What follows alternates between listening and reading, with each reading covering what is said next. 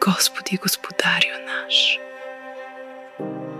колко е величествено Твоето име по цялата земя.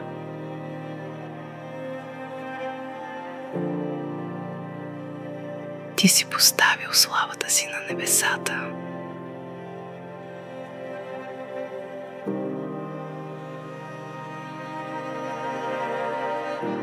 Чрез хвалението на децата и кърмачетата си утвърдил крепост против враговете си, за да накараш да млъкне врагът и отмъстителят.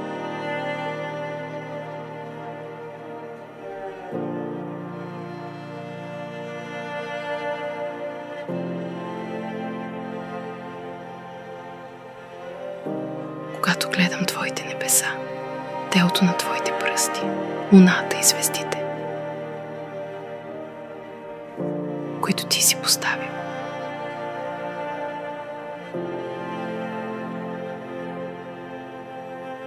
що е човек, да го помниш, и син човешки, да се грижиш за него. Направил си го малко по-долен от ангелите и си го увенчал със слава и чест. Направил си ги владетели на делата на ръцете си.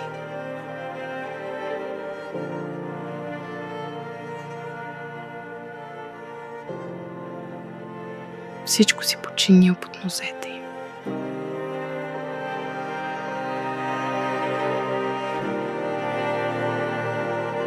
Добитъка по полетата, дивите животни, птиците в небето и рибите в морето.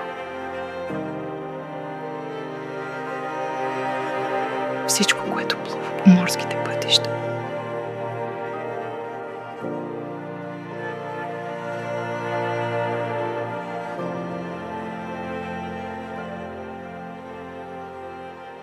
Господи, Господарю наш,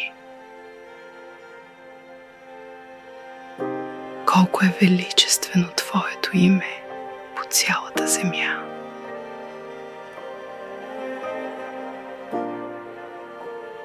Ще Те хваля завинаги,